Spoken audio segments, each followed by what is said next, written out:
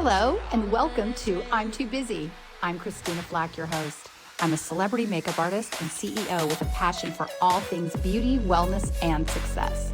On this show, I'll take you on exciting journeys, sharing personal stories and insights from inspiring entrepreneurs. Together, we will explore manifestation, health, wellness, and the secrets to thriving in life and business. Let's jump in and get inspired. Hello, and welcome back to I'm Too Busy. I am Christina Flach, and today we have an extraordinary guest, Geeta Sidhu-Robb. She is an author, a speaker, a coach. She is a host of Activate Yourself podcast. She's a mother. She's a CEO and founder of Nosh Detox. She is clearly too busy, but she has been kind enough to be here today with us. Her journey is a testament to resilience, transformation, and the power of taking control of your life and your health. From unimaginable wealth, private jets, and luxury life in London, and then to losing it all and rebuilding a thriving business while still being a mom from scratch, Geeta has turned personal tragedy into a mission to help thousands of people live healthier and happier lives. I would like to welcome. How are you, Geeta? I'm very good. Thank you so much for having me. Oh my gosh, it's so my pleasure. So why don't we just start? Why don't you just tell me a little bit about what happened? You were leading this amazing life, you had this amazing family, and then all of a sudden you didn't. What happened? It's true. There was one day I was sitting there checking whether or not the upholstery on the private jet needed refreshing. I was kind of like, I don't know if I like this color, and it's kind of looks like BA and it's this blue, and yeah, I think we should just change this. I'm going to have a word with them. And the next day we were kind of, effectively three children under the age of 7. And one was still in nappies, so she must have been just under 1. Because I remember holding the nappies. And, we were kind of homeless and penniless. I had like 200 pounds. Oh my God. So then what happened? So then I went to what had happened is it was a very violent, we had made the money together. Before someone goes, well, you shouldn't have married him for your money, which is what everyone always says. We made this business together. We built this. I was a lawyer and we had a tax shelter business, and it made a lot of money very, very fast. And we were very young. And I come from money. And I say that because you tend not to spend it when you come from it, because you kind of grew up with it. So you don't have to buy everything in front of you. And my ex-husband had not come from money. So if it moved, he wanted to pay for it and buy it and sleep with it and, whatever. So it was and then drink it too. And so I remember waking up this morning and my son, who was 7, said, Mama, I think we need to leave before he really hurts us. Oh and my gosh. Like, that's heartbreaking. Right? And you just stop. And you're like, I have spent all this time with, yeah, it'll be okay. Or, oh, the children need the house. And oh my God, this. And when this happens, or when you're out of nappies, or, whatever rubbish you say to yourself because you're scared. And I was like, okay. So we picked up, and there was one baby here and nappies here, and the child holding that child and that child holding my clothes. And I was like, all right, we're leaving. And we walked around the corner to my mother's house. And my mother opened the door and she said, don't think you're staying here.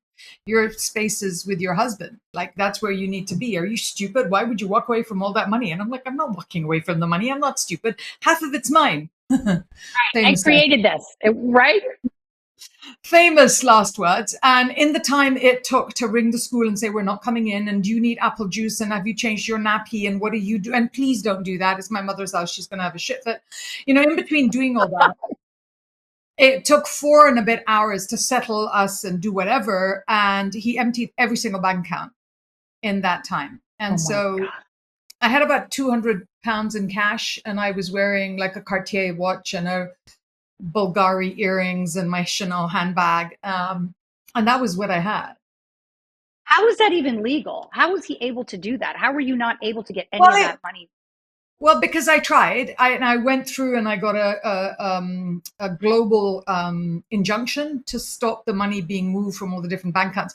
It took me a very long time to work out that the bankers actually helped him because when the injunctions hit their banks, they had to see it in order to affect it. But people stick, the men kind of stuck together. And they would ring me and go, "Oh, we're so sorry. It had just left our account before the injunction came in." And you're like, by the time the third one is saying that, you're screwed, because you know that they are doing it kind of to help him, not you, because they anticipate the money and the business will come from him, not you.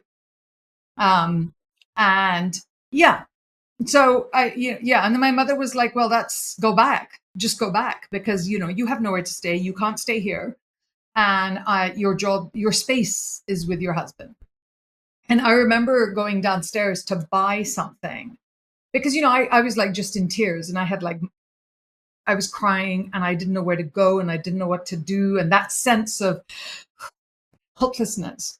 And it Right. was the way the universe and God works. I walked into the shop, and one of my girlfriends was there, and she's like, "Hey, how are you?" And I just was like in tears, going, "I don't know what to do. I don't know what to do. Look what he's done. I don't know what to do." And she was like, "No, no, no, it's okay. It's okay." She said, "Come with me." And we went back home, and she was like, "Do you have money for cab fare?" I'm like, "Well, this is all the money I have." And so she took me back to her house. She had a room, and my kids slept on the bed, and I and the baby, we put sofa cushions, and we slept on the floor, and it had a bathroom of its own. Oh my God. My next question would be, how did you find the strength um, to survive? But you didn't have an option. You're a mother. You had to. That's where you get the strength, right? Or was there I mean, more? no, I think that you come to this space where you're like, your options, there's nothing special about what happened to me, because it happens to millions of women across the world, right? Millions. Hmm. What was different was how I chose to deal with the scenario, more Exactly. than what happened, And I'm really not sure. We swear so much more in the UK than you do in America, but I was very bloody minded about the whole process. And Hmm. you've got to just bless my ex-husband. He came past and said, "Well, if you came back, I'd just make it all go away." And I'm like, "At least give me the school fees." And he was like, "Oh, no, no, no, no, no. You're going to have to pull them out of school, because you can't afford to keep them in that school, because I have all the money. And well, but if you came back, I'd make it all go away." And Did you I ever remember, think to just go back to just get things sorted out? To no, just get, I actually wanted to kill him, but there wasn't availability of anything to kill him with, because he was six oh foot my five. God. And like, I mean, being hit by him, his hands were like this big. So Right. when he hurt me, he was very effective. So I was just, no, no, no, no, no. In fact, but what happened was, because he was just laughing, I was like, "Huh, well, I'll show you," type thing. And I don't know, Right. if he hadn't done that, maybe I would, maybe I wouldn't, but I know that for sure that did not have the effect he thought it was going to have. It 1000% had the effect of, "Bite me, you." So the courts in London had no, they Yeah, did no, no, we nothing went about through, getting child support and 2.5 years, took him through court. It was just the worst experience. We took him through court. We chased the money around the world. He would come into court wearing handmade loafers and an Hermes belt and a Rolex watch and a this, and he would say it's all company money. And they were like, "You spent £25,000 last month," and we had around £1,100 going into Christmas. I remember it was the 15th of December, and you don't really make money over Christmas unless you're, Mhm. witnessing or whatever. And I Right. remember just this going, "I do not know how to survive through this Christmas with £1,100." And he just spent £25,000. And he was just like, "Yeah, it's just company money. None of it's really mine. And it's fine." And you're just thinking, how can you believe this crap? But if you owned half that company, how were you not entitled to any of that? No, because what he what he had done was, he's not stupid. So everything that we had in terms of the shares of the company and whatever, Mhm. those company bank accounts had nothing in them.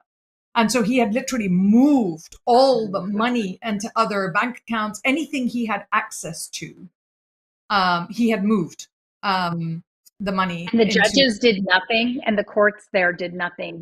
I mean, I'm sure you proved all that, and you're a lawyer, so I mean, We did everything. We did everything. And then after 2.5 years, I stopped. I was like, "Okay, I can do one of two things. I can keep chasing you, and then having to interact with you, having to fight with you. We would get judgments against him for sums of money that we could prove, and then we couldn't serve him with the judgment because he would just leave. And Oh my God. It's it just so was, infuriating. I'm getting angry for you. I want to stab him in the eye. This is awful. yeah, with a blunt Awful. fork, right? Like with a blunt fork. Oh, a But I have to sharpened tell one. you, Christina, that you have to really trust karma and you have to trust the universe, because I True. look back and I think, oh my God, I can't tell you the things we tried, the things we tried. We tried everything, everything. And I just stopped one day. I was like, enough. I will go and Yeah, take I all get of this that. energy and make money and Right. not Because you knew actually. how to, because you knew how to. And that was the blessing for you, because a lot of women that are in situations like that have a wealthy husband were not, didn't have the blessing of being an attorney and the education and the strength. So at least you knew you could. So there So was a little twist. There was a tiny twist to this. We had a joint offices that were in my name that he and I both worked from, and he stopped paying the rent. And so of they course he came, did. yeah, they came to take me to court, and I'm like, I can't pay for this. And they're like, we just don't care. It's you. And so I got bankrupted. So I lost my job as a lawyer. This is like a Lifetime movie that has not been aired. It's like no one would believe this story because it's so absurd. But Oh, what was really good was I remember going from the court to my bank, and I sat in front of my bank manager and I was like, I don't even know what to do. Look at this. And he said, sorry. And I was like, okay, you're waiting for someone else to hurt you at this stage. You're waiting for someone right, else right. to screw you over. And he was just, and I was like, I don't know what that means, but I'll just sit right here. He goes, don't move. And he went away and he came back and he said, like 20 minutes later, he said, oh, I'm sorry, try that again. I said, so I just got bankrupted. And so everything got frozen and all my accounts. And he went, oh no, that's really terrible. Uh-huh. And what was that? Yeah, you personally. He said, it's so interesting that we had this account that you have here and it has no money in it. And I was like, I knew I had like about £2,000. It was like what I was counting on. And he goes, Right. yeah, but you had opened that account for your child, which was in this. Do you remember opening that account about 2 months ago? Well, at least that account, you should take that money out and give it to your child because, you have that. And I was just like, and this man had Oh, just saved moved. you. I can't tell you this. He saved my life, Oh you my know, gosh. and Blessing. so people were so kind. And then I was like, people were asking me like, will you? And I'm like, how much? I was like, how much? The only thing I had made the rule was because we were really poor, right? We were living on £14 a day and I had, you know, nothing else. So it's very easy when you're young and you're pretty and you're poor and you're helpless, you have to sell something. And you just have to choose what you sell. And we don't talk about this enough as women. So I always talk about it. And I chose what I was not going to sell. And I was not going to sell my body either Right. in marriage, because that was the fastest, easiest solution, because there was like a Right. queue of people willing and happy to marry me, Right. or in terms of sex. I wasn't going to do those two things. Now, Right. if you're not going to do those things, what are you going to do? Right. So I was like, okay, I'll sell my skill sets. I'll sell my brain. I'll sell whatever. And then that's kind of what I did. And I had been on TV a lot because I had done some. They would ring me and they'd be like, Geeta would. I'm like, how much? And they'd be like, this much. I'm like, if you could just make that £200 more, that's a term school fees, and I will do anything you want for that. They're like, oh, Right. Right. Right. sure. And it was so helpful to be nice along the way, because the people that I had met 10 years before in TV were now the producers and the directors, Right. were kind to me because I needed their help, you know? And people would be like, can you do this? And I'd be like, sure. I had no idea what I was saying yes to. This man came to me and he said, I quote, could you go and negotiate spectrum for us in Rwanda? I was like, absolutely. No problem. I'm Googling spectrum. Where's Rwanda? What is your spectrum? Whoa. I'm like, absolutely. And he's like, so how much do you want for that? And I'm like, how much spectrum do you want me to negotiate? And he was like, oh, like it's 100 something thousand. I was like, well, it seems reasonable. £14 a day. Okay. I was like, why don't we just take a percent? Like, how does £10,000 sound? He goes, yeah, that's really reasonable. Thank you. I'm like, it is? That was all the money. That was all the money in the world to you at that point. Isn't it amazing how you went from having so much, like you really appreciated that 10,000 pounds It more was, than okay, it was wait, like a no, it was billion worse. dollars to you. It was the world to me. It was worse than that. What had happened the night before this guy turned up was a friend of mine had come around. He's like, oh my God, I'm building the school in India for the girls because the boys have a school and the girls don't have a school. They have the walls, but they don't have the roof on the wall. And it's so annoying. I just need to build this and I need £1,000. I'm like, babe, let me give it to you. And he's laughing. He goes, yeah. You're poorer than me. I'm like, it's true. I said, I tell you what. He's like, I just need someone to whine to. I'm like, all right. I said, I tell you what, if I get any money, I'll give you 10% of whatever I get until we build that roof. And he went, yeah, sure. Thanks, sweetie. And he brought some food and he brought whatever. And we had a glass of wine there and he left. And I was like, no, I will absolutely give 10%. And then this guy turned up the next day and he Do you offered me, see? Because you told the universe what you needed and your no, good karma. It was the most can I please amazing confess? combination. Can I confess how much I tried not to give him that money?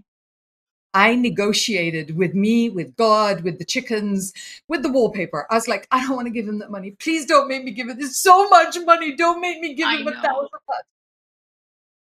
I gave it But to you him, know of course. what? But it came back. It came back and it came back So more and more and more. much. But I think you need to confess the thing where you didn't want to do it. I did not Oh, want to do it's it. okay. It's okay. You know what? I think it's absolutely okay to say you didn't want to do it, but you did still do it. I did Because you still know do. what? You're a woman of your word. That is why you did Yes. it. And also I have a very strong relationship with the universe. And I was like, I will absolutely get screwed if I don't do this. I said I Exactly. would You do don't it. want to mess with that. I was like, no. And it was the thing that kept me going was when this started was I'd always had a very strong my religion. I'm Sikh and I have a very chill religion. It's super cool. It's like there's one God, believe in God, don't do bad things, fight for what you believe in, all this stuff. It's very simple. Right. And when this started, I was like, I don't know how this happened. I don't know if I deserved this or I didn't or what I did wrong, but I know that this is never, ever, ever going to happen to me again. And so I co opted the universe to help me. And I had this book. I still have one of them today. I do it all the time. So this poor dog eared coffee stained thing. And I literally would get a page every day and I would draw a line down the middle of the page. And I would say on the left hand side, things I have to do tomorrow. And on the right hand side, I would say things the universe has to do for me tomorrow. Like, get me food, buy Oh, more than one pair of shoes. Like, how do you for buy two pairs tuition. of shoes for £14? You can't. And so that by the time it came to this, I had form in believing that the universe, you best be believing that universe and doing what you're saying you're gonna do. I love that. Wow. Yeah. Yeah. My goodness. So let's just go into, I love that you have a combination of health, nutrition, and entrepreneurship. Okay, where did that all come into play? Were you into all the woo woo stuff? Because I'm so into all the woo. Um, I mean, yeah, Tell me now, about, but so well, it started from being poor, right? Poverty is the great driver of all kinds of right, things. right. I couldn't go to work because my son was anaphylactic, and which meant that he was allergic to everything. And I would go to work and they would call me back and he was in hospital because he touched something. And it was like, oh my God. And then here I am alone with these kids. So I can't go to work anyway. And I'm like, how do you make money when you don't go to work?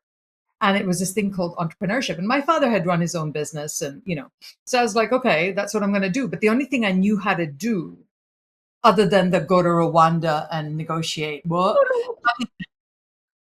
Other than that, was like I kind of knew health and wellness because I had cured my son of his eczema and I'd made his asthma, get better and all this stuff. So I was like, there must be other people that ate like him. And this is 2008. And so I set up a business that delivered dairy, gluten, egg, and nut-free food hooked, like for people that had allergies, like my son. And then and I had no money, right? So I'd gone to the bank and I found a letter that said that I had a £2,000 overdraft. So I went into the bank and I was like, hi, can I have this overdraft? And they're like, no. I'm like, why not? They're like, well, because that paper is a year old. I'm like, yeah. So David, let's just talk about this. And David's like, I can't give you that. I'm like, please, you really have to give this to me, and I'm not going to leave until this. He was so nice to me. And then he said, okay, where's your business plan? I'm like, the What's what? And excuse he me? went, yeah. He said business Need plan. I'm one? like, yeah. I'm like, how do you do that? He goes, you write this. He said, not in this room. Go out there and write it and then come back. I was like, oh, he said, I can't be seen to help you with this. I'm like, how do you do it? And he drew me little columns and he said, this. So I went and filled the columns out and made up all this and came back in. And he went, oh my God, okay. And he just stamped it. And he gave me £2,000. So I took that money and in 6 weeks, because that's where I spent £1,987. And then I opened the doors of the business. And so when, How did you know what to do? And I mean, you had such faith in yourself and the universe because you could make all this food, and what if people didn't come get it? What if they didn't buy it? Then no, what? we were delivering it. And then we couldn't find someone to deliver it. And I saw a pizza guy around the corner and he stopped. And I said, what do you do? He said, oh, I do this. I'm like, can you deliver this stuff for me? He goes, yeah, but only at night. And I'm like, oh, I'll take it, whatever. And he turned up at 4 a.m. in the morning and I was awake and I gave him the bag of the food. We had like 3 clients and I went to the mothers at school because their children had allergies, you know? And so that's how we set it up. And then I created Juice Fasts as a commercialized entity. You know, now it's everything, but like in 2008, it just didn't No one exist. heard of that. Exactly. And so I invented and I sold those. And then I made, you know, then in 2012, I created cold pressed juices and put them in the supermarkets and had huge fights with Innocent and Coca-Cola, huge fights. And they would come and shout at me in my house. And they had to take off their shoes because you're not allowed to have shoes in my house. So yeah, these guys. And then in 2013, I brought IV drips to the high street because I used to fly in and out of the US, and my jet lag was brutal. And somebody introduced me to IV drips, and I was like, "This is amazing! How do we sell this shit?" If it moved, I sold it. Let me tell you, if it moved, 2012. Sorry, I'm just talking at you, but Oh, I 2012, love this. this woman came in and she said, "Listen, I want to go on a juice fast." And I'm like, "Listen, you're just too thin to go on this. I'm not going to sell." She goes like, "Do you know who I am?" And I'm like, "No, but you still can't do this because you're just too skinny. And this is a completely different problem you have. You need to do this. And she was like, huh. And she left and she got pissed off and walked out. And then she came back 3 days later and she said, okay, I want to hire you to tell me that. I'm like, tell you what? She goes, when I'm being stupid. I said, I didn't call you stupid. I said, it was a stupid idea. And Right. it, you know, she was really, and I said, how much are you going to pay me? She goes, 200, because she was American. She's like, Yeah. 200 an hour. I'm like, deal. I'm like, can you come every day? I was like, you just want me to tell Every you what day. to do? Saturday, Sunday, I can boss your ass around all day long. And twice on a Sunday. She goes, no, I'll come once a week and then I'm going back to America and whatever. And then it led to my clients. I didn't know that was coaching, obviously. And I became a coach. My clients were Gwyneth Right. Paltrow, Stella McCartney, Simon Cowell, Nadia Swarovski, the That is Spice bananas. Girls. Yeah, like 2 of the Spice Girls. Then I would fly in Gosh, and out of, babies. Which Spice Girls? well, I can't tell you, but then I would fly Show in. to your clients stuff. Then I would fly in and out of America because they were like, fly to Beverly Hills and do the coaching. Then I would line them all up and drive around Bel Air and go to Yeah, houses. Stella. And yeah, and then fly back in 2 days with the Virgin crew because the kids were so little, I couldn't leave them for very long. So And it you would was bring really the, bizarre. no, you weren't bringing the juices. No. You just go do the coaching. Yeah, I would teach the chefs how to do it. Like if they Oh, were on a okay. yacht, Got it. we would get onto the cook on the yacht and we would tell the chef on the yacht how to make them. If they were at home, we would either go into their homes or there was a woman in the Hamptons and I had to find a local chef in New York to, does that sound right? Manhattan, to go Yeah. to the Hamptons and spend the summer with her cooking. And this woman would ring me up and go, "Oh my God, this chef is terrible." I'm like, "Sorry, give me a minute." Then I'd ring the chef and I'm like, "Babe, just do what she wants. Would you just do?" And so, yeah, then it grew and it grew and it grew. And I became a coach. And you're still doing that to this day, correct? Friggin' love it. It's the best job in the world. Amazing. Yeah. Um, So for I people that also are am not listening, making any of this up. Like, I'm leaving chunks make this out, up. You could right? not make this up. It's too much. Yeah. It's just too much to make up. What's the biggest piece of advice for turning things around, do you think, that you would give someone?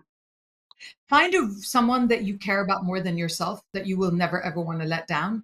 And then you will absolutely go for it. Like for me, it was the kids. I was never gonna let the kids down.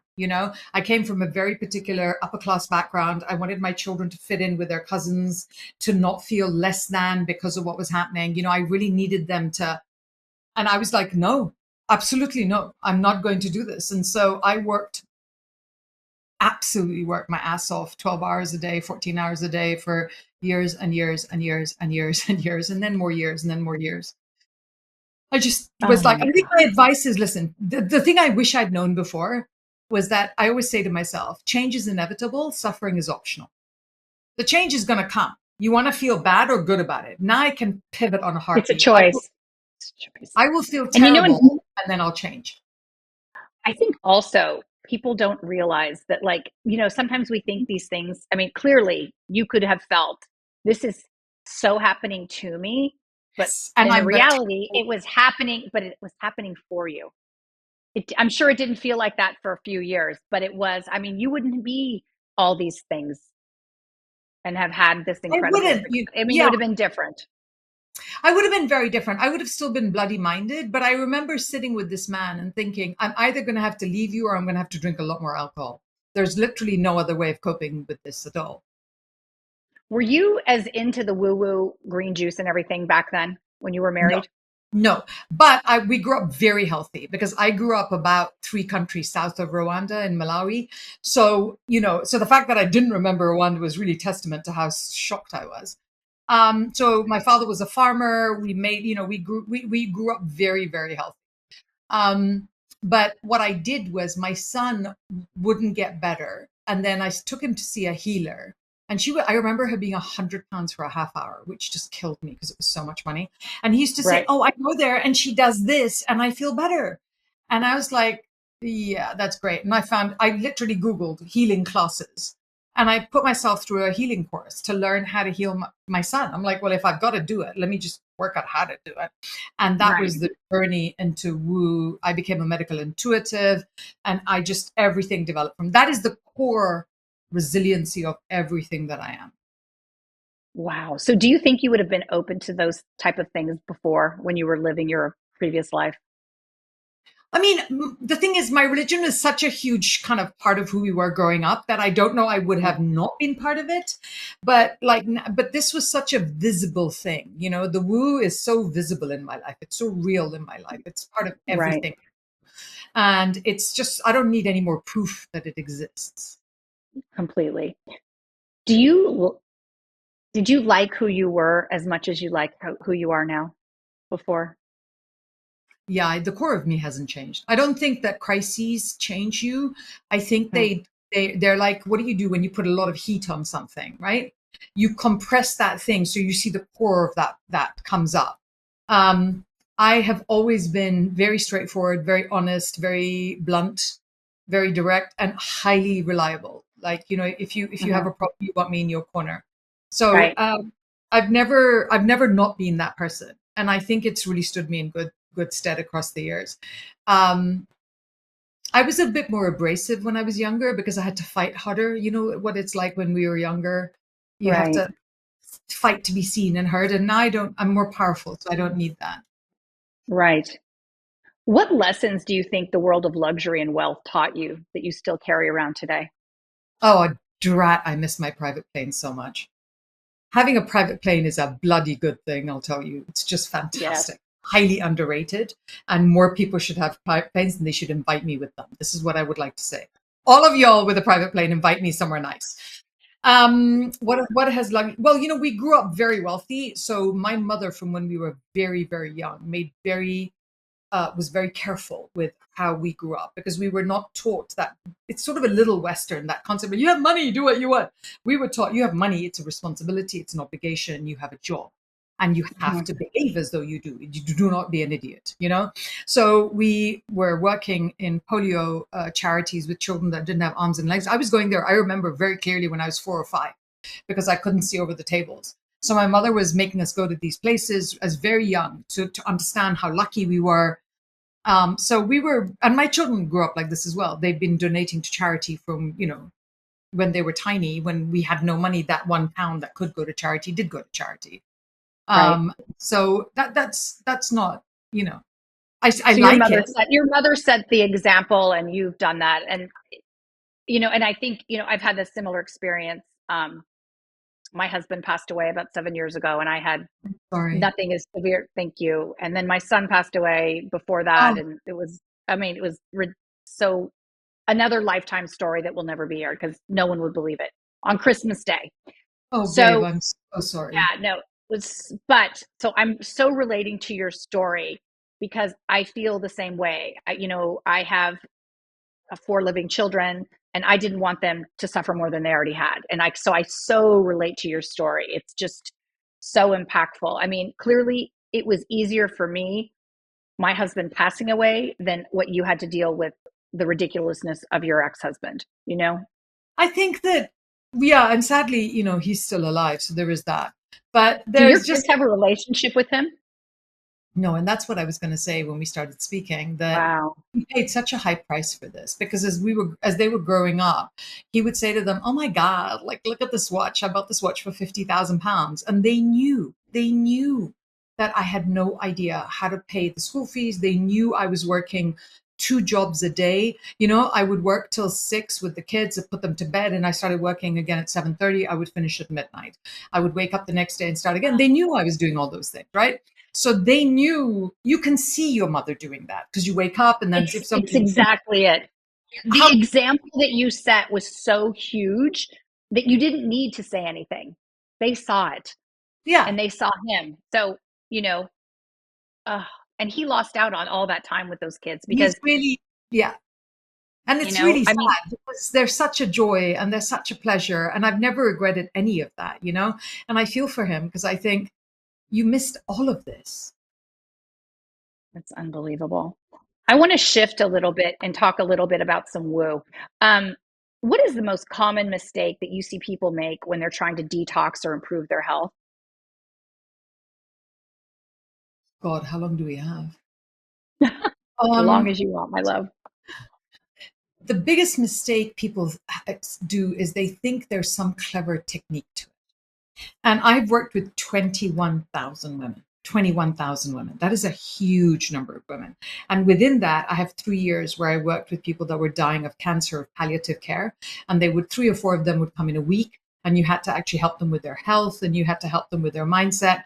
And so I spent a lot of time with this. And ultimately, if you cut out every single thing in your diet that was processed, and only ate whole, real, I don't know in America what you call it, but like proper food. Real food, real food. Yes, Like if you proper look at it, food. it's a banana, eat the banana. Don't eat the banana byproduct.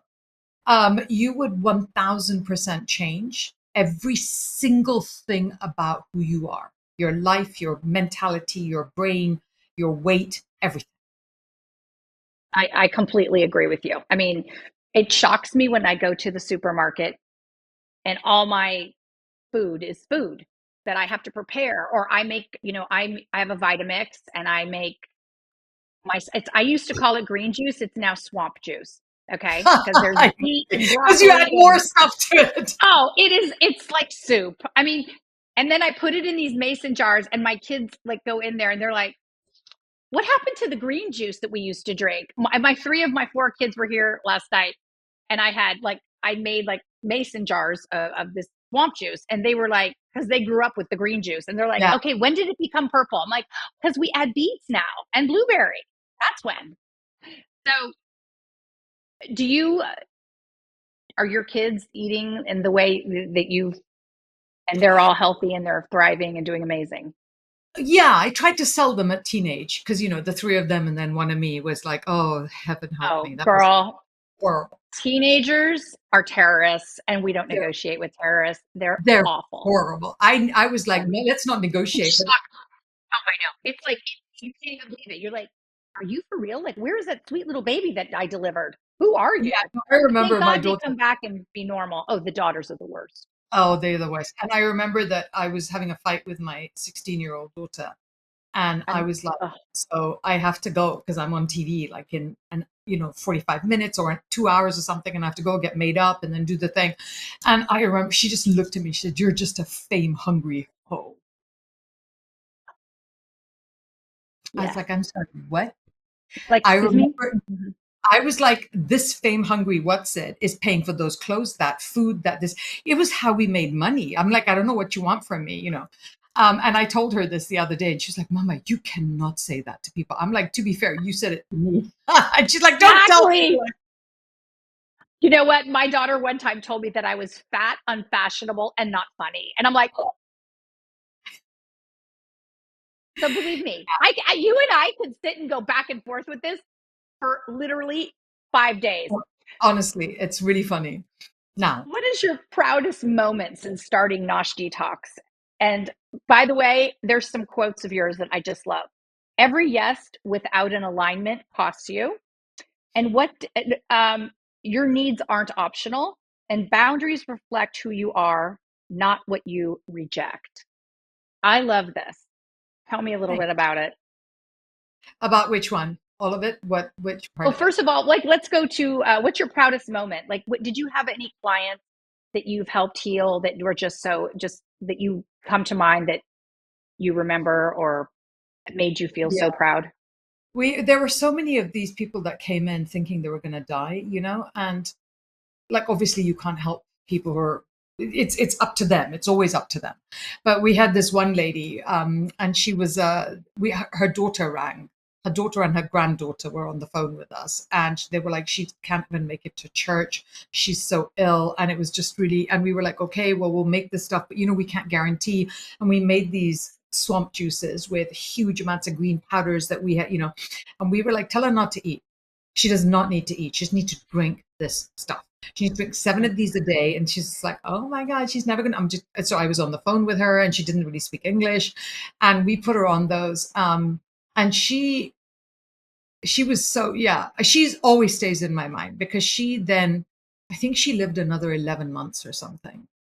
She Wow. went to church again. They got time to say goodbye. They got time to enjoy her, and Had more quality of life. yeah. So That's I beautiful. don't know. They were all amazing. There wasn't any part. I mean, I'm obviously just easily pleased, thankfully. But all of these guys, you look at them and you just think um, anyone that you can help, right? And then the ones you can't help, you're like, oh, would you just get out of my face and go and hurt someone else? You know what's so shocking that people are suffering, but yet they're unwilling to do like you're like, look, I know this works. Okay. I know what I'm doing here. And you do you want to die? It's just shocking to me No, that no. You know people what's worse is we had a young girl who came in, and her father was like, "Oh, don't come in a nurse's uniform, and we have the curtains closed so no one knows she's sick." And she had cancer. She was 24 years old, and so we worked with her for like 6 months. And she, with obviously with the doctors and with everything, and she got better and everything. A year and a half later, her father rang us and said, "Oh my God, it's back." I'm like, "What have you been doing?" He goes, "Oh, we just went back to our normal life." And their normal life was pizza every evening. oh my God, I can't. So, What are people like? Do people use their brains? Honestly, no, no, they do not use their brains. But after a while, this is self sabotage because you're consciously, 100%. I cannot help you because you're trying really hard to, yeah, I mean, that is oh a my, bit much. what are your thoughts? I'm obsessed with gut health. Tell me what you think. Like, what are your, because everything is about the gut health. It affects the brain, the skin, how you look, everything. Tell me what your thoughts are on gut health. No, I agree entirely. Like with my son, when he was younger, every time he would get, he would kind of flat. We would get better, better, better, and he'd flatline. And then Hmm. L-glutamine, and then the stomach lining. We would start to heal the stomach lining, and we would start to make sure his gut microbiome got better. And then he'd get better, better, better. The next time he'd flatline. You go back to the gut. So it Hmm. is really, it is the core of everything that it's literally, and perimenopause is such a thing for this because Mhm. it's the single biggest metabolic upheaval you're ever going to have as a woman. And so when you hit, like, I had this very kind of svelte figure. I was like a very small, I'm not really big boned, and with no boobs and like not much of an ass and a bit of a waist. And then I went through perimenopause and I ended up lush. I like have boobs and an ass and I don't know what to do with my. Juicy. I don't even know whose body this is. So I'm still kind of like the right size, but like it all comes and and I'm just like, holy shoot, what do you do with this? And then it took, perimenopause is one of those, and you just have to go look at your gut health. You do everything about it. It is the starting and the beginning and the everything of what you do. There's nothing else that you should look at, which is why having raw, unprocessed, foods are so good for you. Totally. Give me an idea of like what is your food day like? Like what do you do like first thing in the morning? What do you do? Okay, so I'm vegetarian, so that's a little bit different. Hmm. I start with amino acids. There's two, I take it two amino acids, and then I have vinegar because I'm managing my insulin because I got long COVID in 22, 23. So I've had to rebuild my health since then. Hmm. So I will do vinegar and water and then tea because I'm Indian. I'm like, just give me really good tea and get out of my face and don't talk to me till I've This done I'm it. the exact same thing. Right. Exact same thing. I'm So Russian, so it's the same thing. right. So I'm like tea, and then after that, I've tried. I'm not really good at this, but I've become much better because really, in terms of your cortisol as a woman, you should eat within half an hour of waking up. You should put something in your Exactly. system. Hmm. And I've gotten the habit of making like a smoothie with hemp because protein's always the thing. So I put hemp, Hmm. chia, collagen, and Uh-huh. banana or something, and I blitz it. And then that kind of sees me, and then that's kind of, it depends on if it's a workout day or like cardio day or not. And Hmm. then lunch will be it'll be probably some kind of legume and salad. So half my plate is salad, half my plate is some kind of protein. Okay.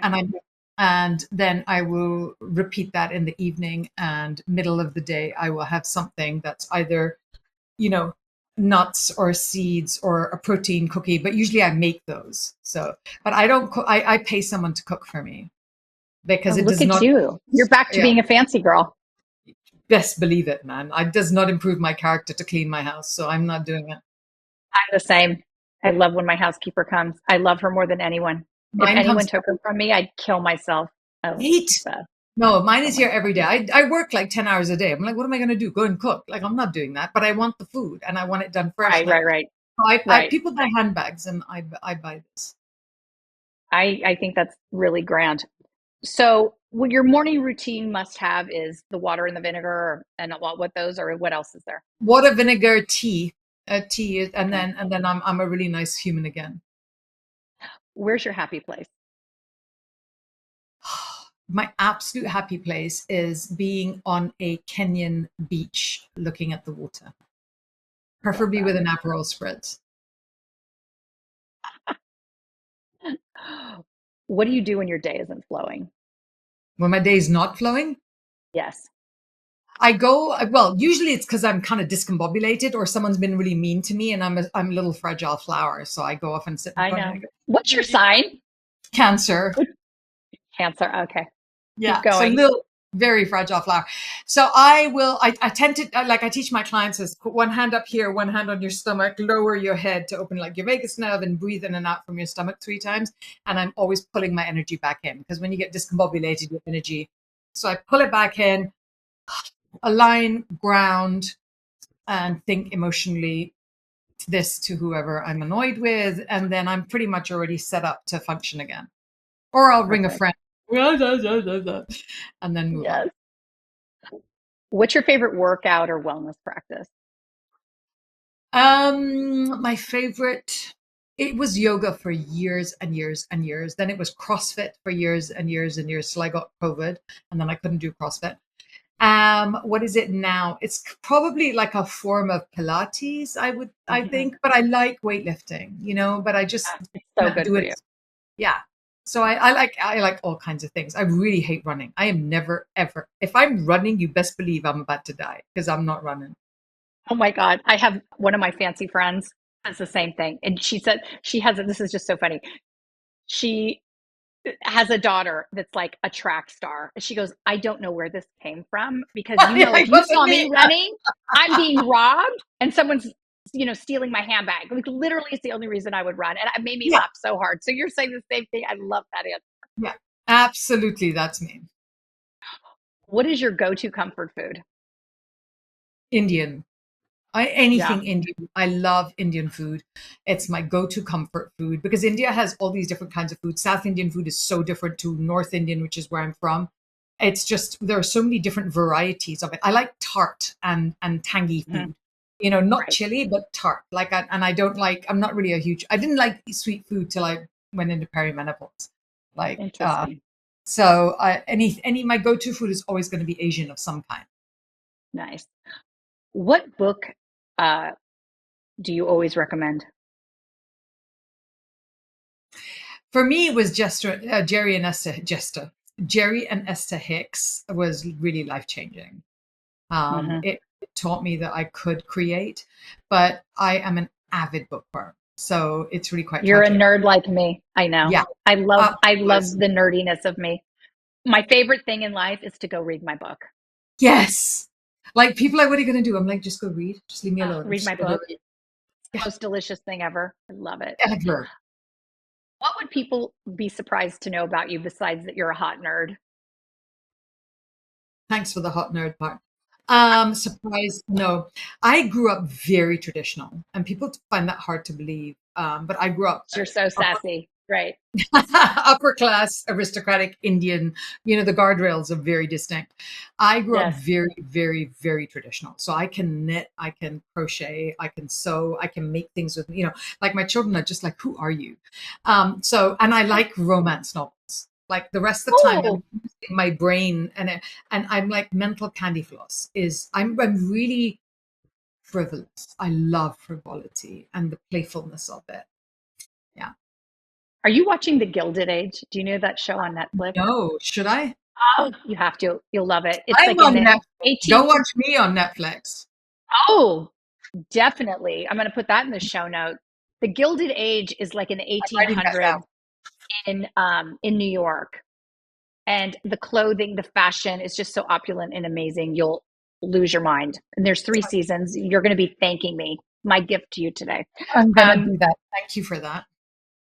I'm I writing think I that know down. the answer. I think I know the answer to this, but what is your biggest indulgence that you allow yourself? I think it's my live-in housekeeper. Yeah, that's what I was Well, going to that say and too. my Porsche. Yes.